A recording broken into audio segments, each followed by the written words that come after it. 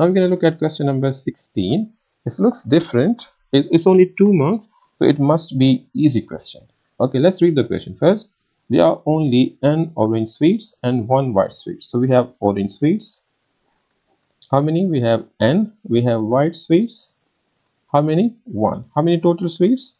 So total sweets are n plus 1 sweets. Sarah takes at random a sweet from the bag and eats the sweet. Okay.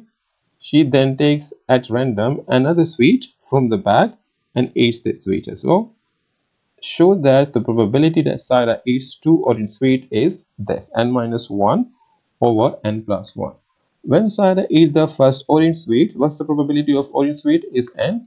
So how many total? Is n plus 1. If she has taken in the second time, if she's taken 1 sweets already, so how many we left now? So we left with just n. So how many orange sweets left? N minus 1. So n and n cancel out. So we are left with n minus 1 and n plus 1. So this is our final answer, and this is n minus 1 over n plus 1 is matches with the correct solution. Okay, now we're going to look at